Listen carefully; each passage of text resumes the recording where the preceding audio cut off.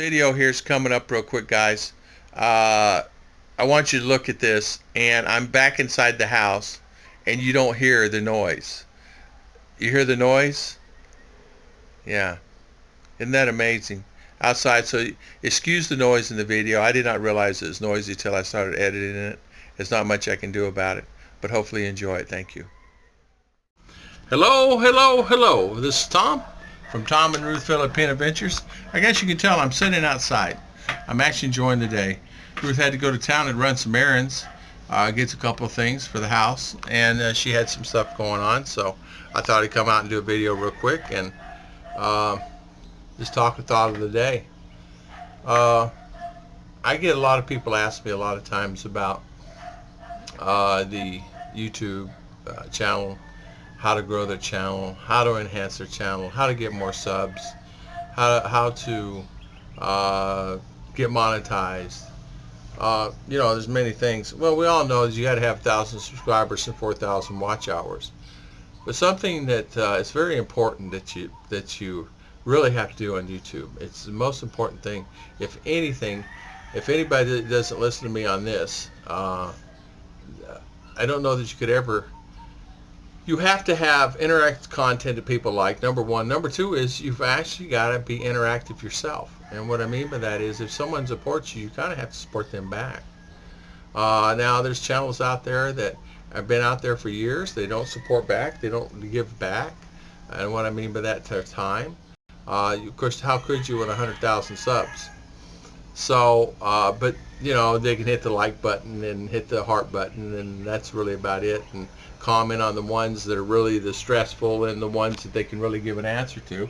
But really, at the end of the day, I think that's something that's very important, is to have the interactive interaction between your subscribers and you. Now, however you do that is entirely up to that person. But sometimes YouTube can actually, what they call, get on your nerves. And what I mean by that, comments can be taken a certain way. Words cut, and no matter what, words cut. You're going to have a few that's going to be trolls on your channel, kind of give you a hard time. And the easiest way is just block them. If somebody's giving you trouble, just block them. If someone's not really, saying good comments to you, or someone's kind of giving you a hard time, block them. I mean, you don't have anything to lose. You lose that sub? Some people say they love the trolls, but at the end of the day, it's like saying I love a stomachache or I love a toothache.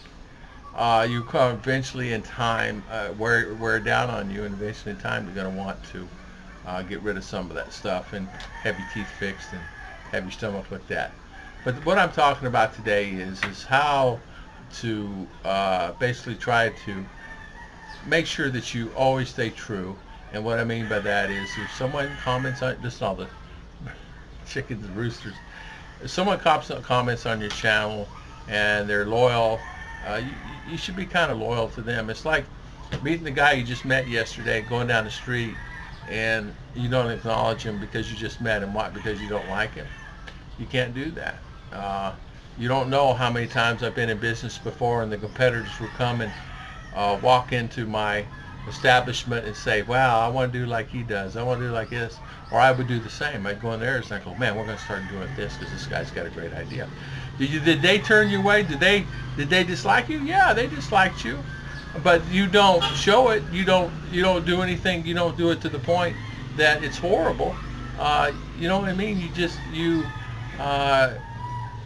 keep your enemies close, friends closer. My father said that in the beginning years ago. He's going to have people that just don't like you. They're going to like the way you look, and they're not going to like the way you do. They're going to get jealous. They're going to want to copy you. They're going to do everything they can to, if you're happy, they're going to see that you're happy. Now, I just got a couple of emails, and the reason I'm doing this video, I got a couple of emails from some bloggers today in this last few days, and they're asking me, they're getting bombarded with a lot of trolls. How do they handle it? And they're finding that when they're going on doing live streams, what exactly they're having a hard time because of the people they're been loyal subscribers. Now all of a sudden they're talking bad about them and they're giving them heck and things like that. And I said, well, if you know them personally, send them an email and talk to them. If you don't know them personally and they're giving you heck, block them. I mean, you have to run a clean channel. If you don't do it, you're going to have people taking over your channel. And whatever you do, don't ever make a moderator or a live stream moderator if you really don't know that person. If you really want to keep a moderator on a channel, make sure you know who that person is. And that's something that's very important also. But really, YouTube video is tough. It can be a demanding. It's a job. YouTube is a job. You have to maintain it. It's no different than anything that you own. You got to maintain it. You got to make sure it's good, clean content. You got to make sure that you have something people like to see or hear. But then on the other hand, you want your comments clean too. You don't want people that's been loyal to you a long time and you don't go to their channel. Now sure, sometimes when you can't get around to everybody and do everything everybody wants to do. But I'm just saying today, it's just my personal opinion and my feelings today. And I sent the messages back to my friends, my bloggers, and I just told them, listen, what I do is I block them. And some of these vloggers have been around here a lot longer than I have here in the Philippines. And some just ask me, how do you do it? How do you deal with it? How do you deal with all the negative comments? How do you deal with 10 people doing live streams that you started their channel, and how you deal with that? How you deal with 15 live streams going on at the same time, and you help them start their channel, and you gave them a shout out, and you gave them a few subs, and you help them along, and you send them 20 emails, and they email back, what should I talk about? And you give them ideas and things like that. Well, you know what? That's the way the world works and the way life is.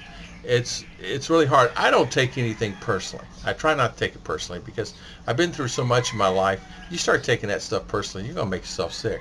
And it really, at the end of the day, it doesn't really matter what anybody else does. You only need to be concerned about what you do. If you start worrying about everybody else, then you're going to make yourself really sick. So if those guys are running live streams same time you are, or if somebody's doing a live stream same you are, okay, that's wonderful.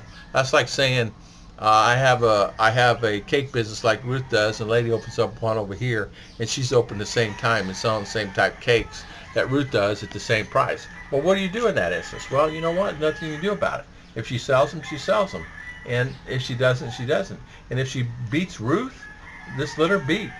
But the reason I'm doing this video, I get a lot of people, it's like, Tom, I got guys doing live streams same time mine is. Well, for an example, this morning on Ruth's channel, we had, I don't know. I counted, it was 10, 12, 13 people on live streams. They're every one of my subscribers, and every one of those subscribers started the channel within this last 2 years, and every one of them are trying to grow their channel to the extreme. And do you blame them? No, of course not. You just do. And you just hope for the best. You just hope. And do those people on your stream go on their streams too at the same time? Yes. Does that hurt you? In some cases it does. If they've been loyal and you become friends with them, it does. When they go on other channels. What do? You can't control people, so you just let them do what everybody wants to do, right? You can't say anything, but if you say something, really, does it really matter? It really doesn't matter. So what? You make them mad, so you just let it go. That's really the best thing, and that's what I told the guys. Just let it go. Just keep doing what you do every day, and don't worry about it.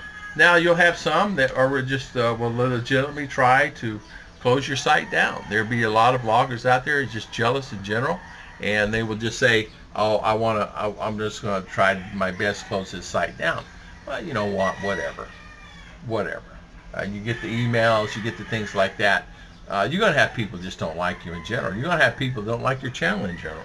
And you're going to have people that like your channel and that didn't like it before and liked it before and don't like it now.